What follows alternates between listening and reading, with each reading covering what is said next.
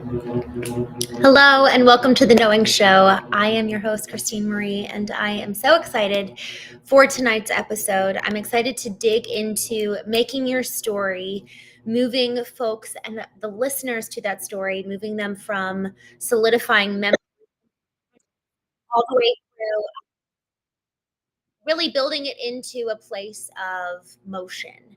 It's so interesting because I actually had a conversation today with a dear friend of mine. His name is Todd Wall. He is a communications coach, and I'm excited to have his insight into this whole topic.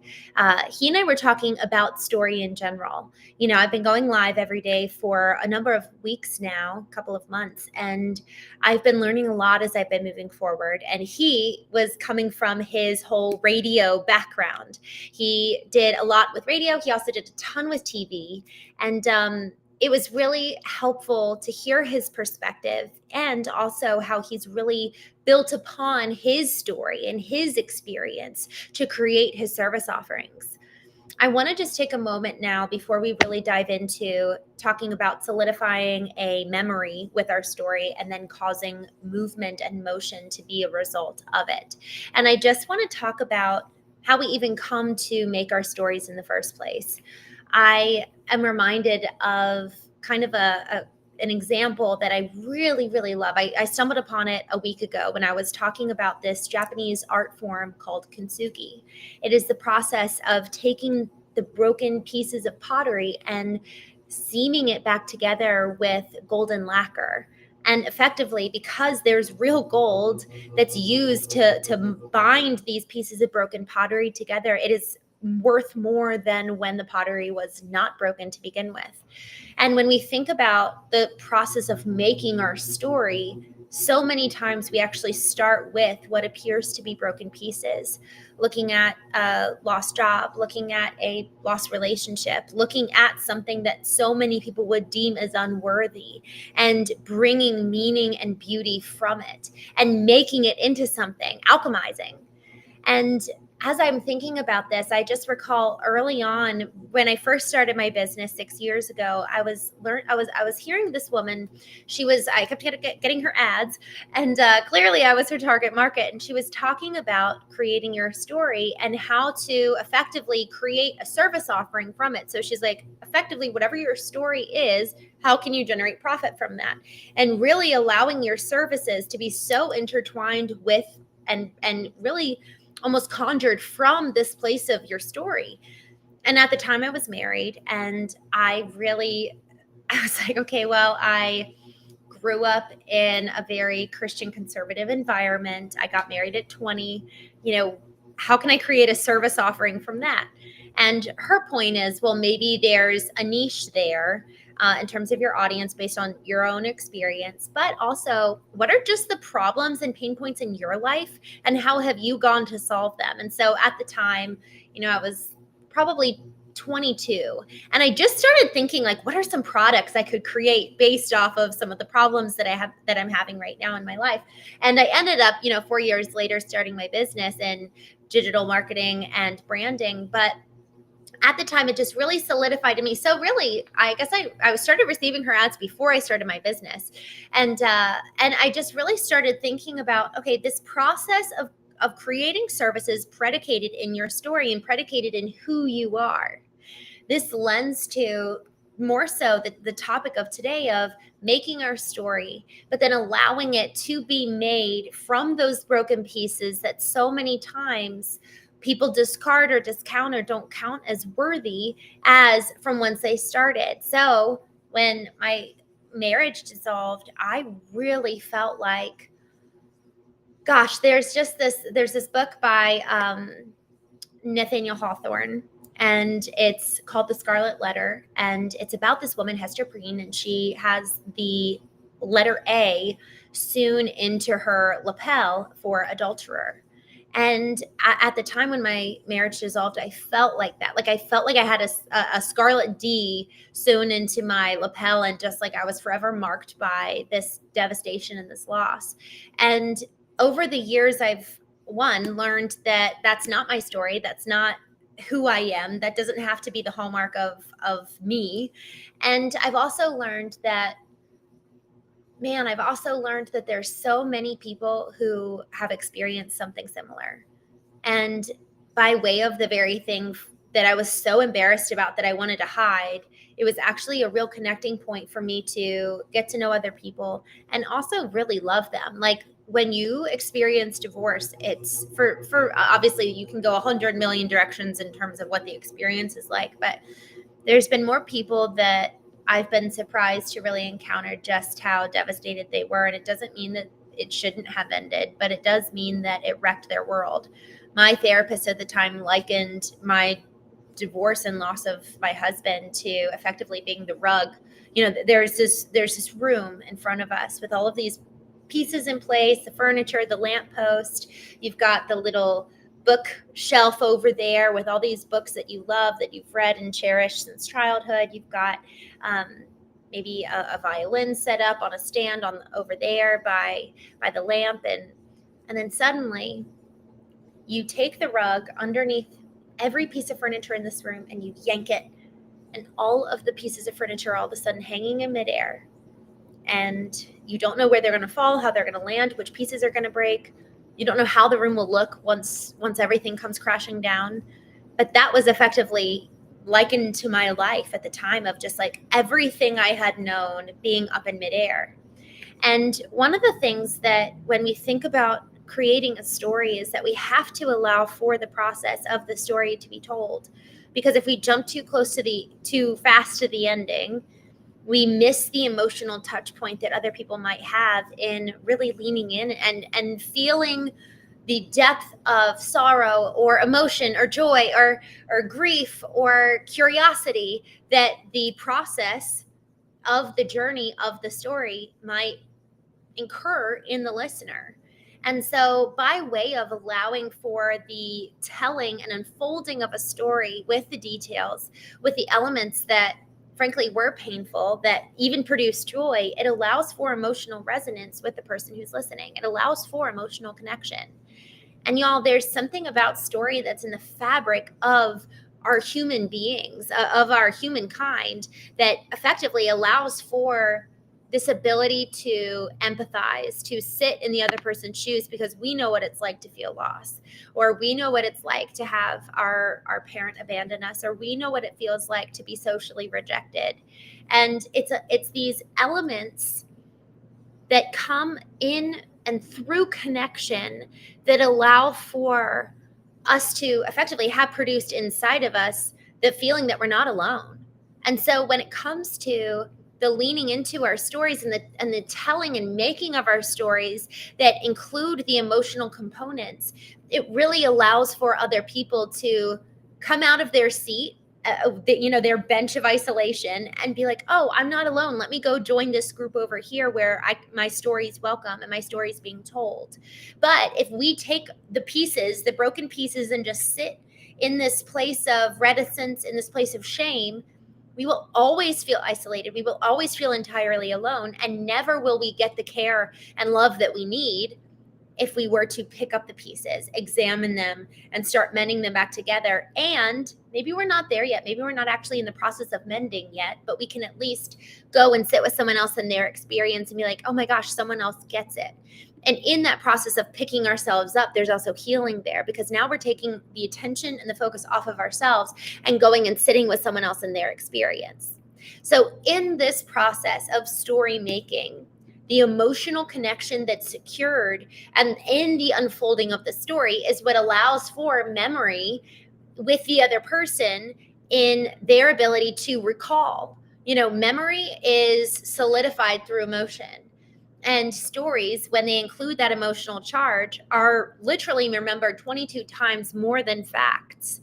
And so when we think about, okay, if I want to have an emotional connection with someone that's going to lead to whatever it is, a sale, a romantic relationship even, the more we learn how to alchemize stories rather than just telling facts about us. So it really lends to both business and relationships. The more we learn how to make our stories into something that includes the emotional charge, that lends to memory more than fact, and it allows for thus the emotional connection to take place.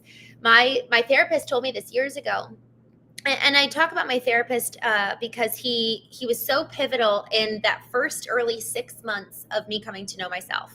And it was really a few sound bites that he gave me that really helped kind of build corners to the foundation I then poured that proved to be coming to know myself. And one of those corners was, in order to be known, you have to first know yourself to thus allow yourself to be known. And I was always going out seeking to know other people, but I never allowed myself to be known because I had never done the work to know myself to begin with. And so I was effectively a blank slate. When people started asking me questions, I had no idea. Even this weekend, I was hosting an event. We did knowing activities. We did vertical alignments together. We did knowing dinners. It was so fun and so wonderful. And there were multiple occasions where I would ask a question about someone and what do you want in regards to dinner? What do you want in regards to, do we want to have mimosas at brunch? Things like that. And people didn't know or didn't voice what they needed or what they hoped for in that setting. And y'all, there's something about the lack of our own ability to sit with ourselves, to know what we want and then voice it, that fundamentally breaks connection and fundamentally breaks the bond of community that could be shared. Something as small, and it's such a small example, but it's such a poignant one. It was, do we want to have a bottle of champagne at brunch? That's a very simple question at face value. But what was so interesting is that three different ladies didn't want to be the only one. And so each one said no. And then I said, well, I'm going to have one. And then they all said, well, actually, I want one too. But it was, they didn't want to be alone in it. And so there is something about the bravery and courage to be the one to step forward and be the example of, I'm going to tell this story. I'm going to go first. I'm going to say what I want and say what I need. And y'all, I bet we would all be shocked at the number of people that come out of the woodworks and say me too. There is a video of this gentleman. He's at a park. It's not even like a big community environment where people all know each other. I think it's a park. He just starts dancing. And I don't even know if there's music. He just starts doing these like kind of weird movements. And he does it for like about, I think it's 90 seconds, about, 1.5 to 2.5 minutes. And then you see other people kind of like looking around and looking at each other. And then someone steps up and joins him. And now there's two of them just kind of like doing these weird dancing movements. And then someone else joins, and then someone else joins. The title of the video is something along the lines of how to create a mob, like how to create a movement. And y'all, when we talk about the concept of, yes, solidifying a memory, but then creating movement, it takes someone going first. And so often that relies on you or me. So we can talk all day. We can talk all day about the thing that we want people to do. We can talk all day about what we imagine the world to be, what we theorize, what we, talking about getting existential, what we philosophize. But until we actually go and lead by example and take the motion and take the movement, thus we generate energy to then have others follow in our footsteps. And so if we want to create real change and we want to create real impact, and this is where my conversation with Todd comes into play. He defined impact, which I absolutely love. He said, impact is when you prompt the other person to take action. So for many of us, we talk about it. And frankly, I've said this too. I say, I want to make impact. I want knowing to generate impact. But after hearing him talk, man, we really, really I want people to change and to transform. And that requires action. So really, I don't want to just make an impact. I don't want to tell somebody something where they just feel the emotion of it that thus solidifies in their memory. I want them to go and make an actual physical change in their life. And so in terms of making our story, we need to make it in such a way that it allows for emotional impact and emotional resonance to thus solidify as a memory in their mind so that they recall as they walk away. But then our story also needs to be positioned in a way where we're leading. We've done it. We're sharing how we've been in the mess, and that mess turns into the message that then makes the movement and shows them this is how to actually go about doing it for yourself because I did it first. there's a very infamous thought leader that a lot of people love. And I'm excited to go to one of his events. He never really did the thing that he promises to transform for people. He's a coach, and he's an elite coach, and people really, really love him, and he really pumps people up. But he never did the thing that he coaches people to do now. And there's something about that actually is a challenge for me. Like, he never built the empire that he then promises to change for, help other people accomplish. But what he did do was he built the empire by training and by coaching. So there's different ways for us to go about it.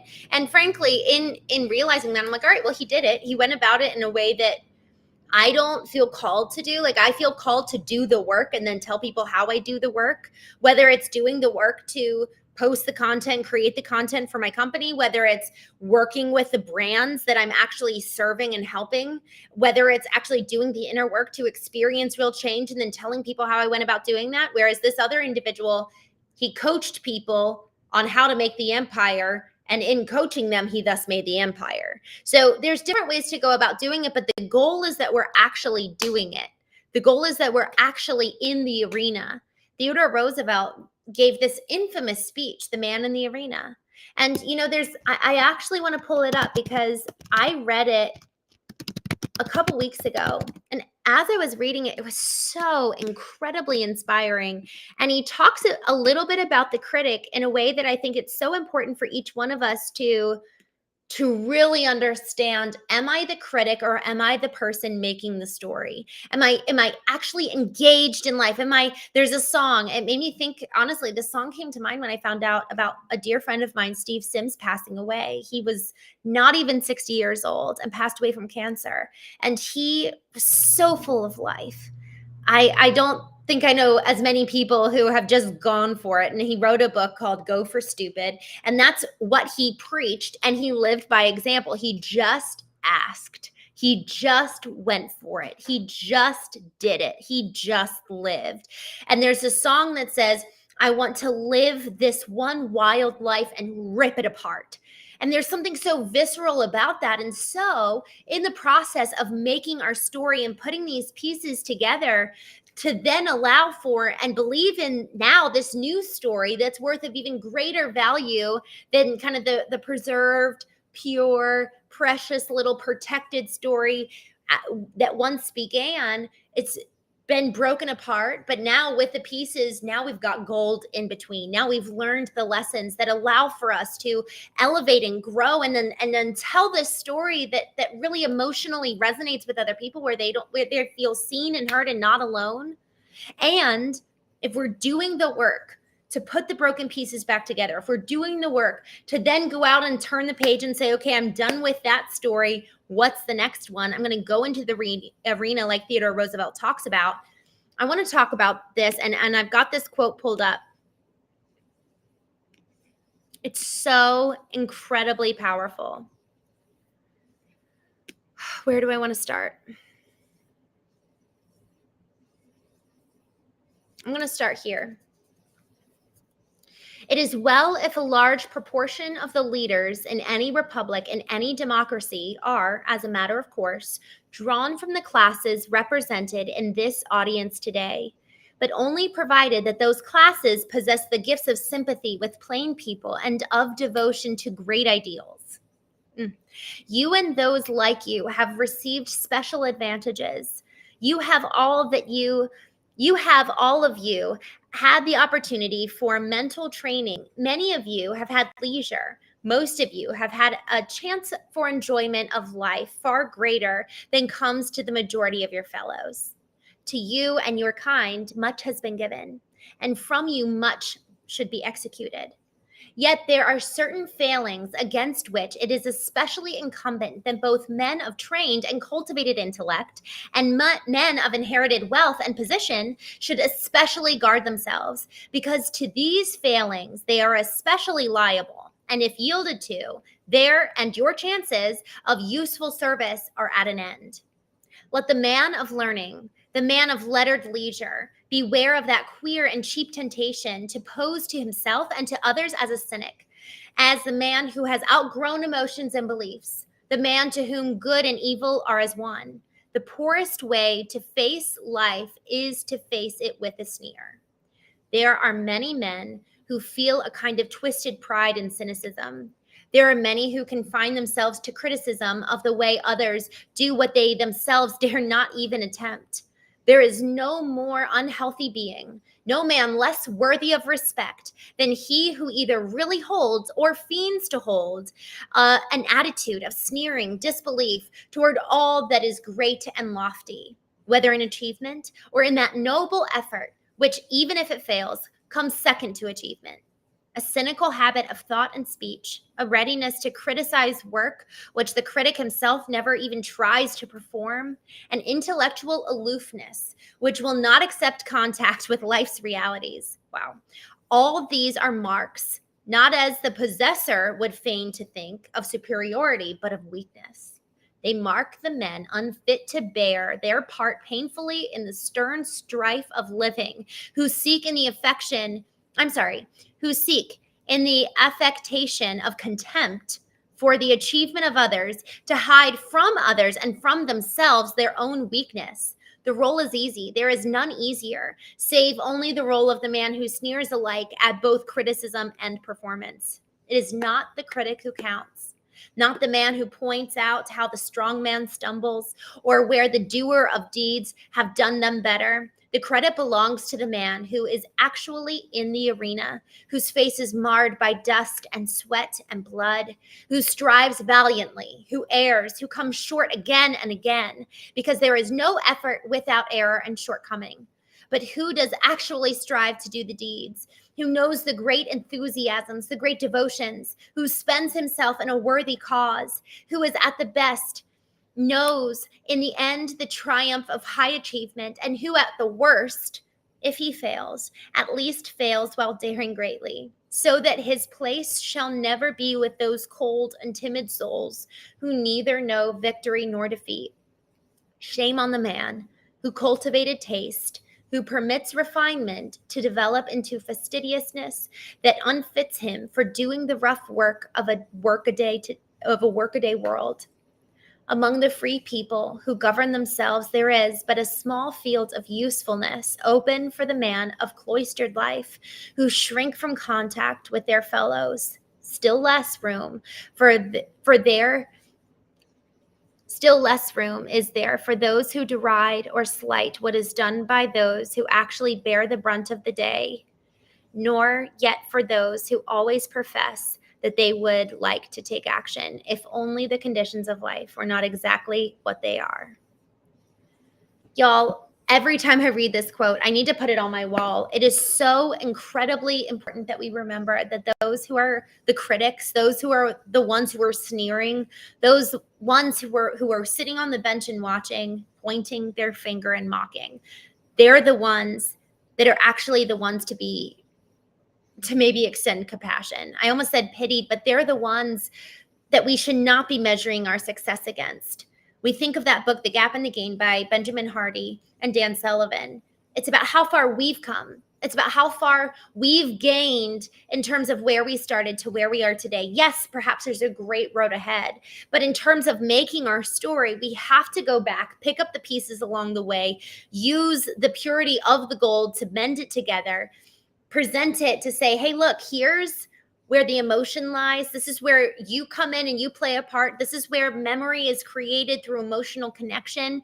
And this is where movement happens, because this is the lesson I've learned. And the lessons are from the gold used to infuse the broken pieces back together. And that's what causes real movement from the beholder, from the listener. Because if we know how to make our story, we've made it for ourselves and we've transformed ourselves in the process of making it.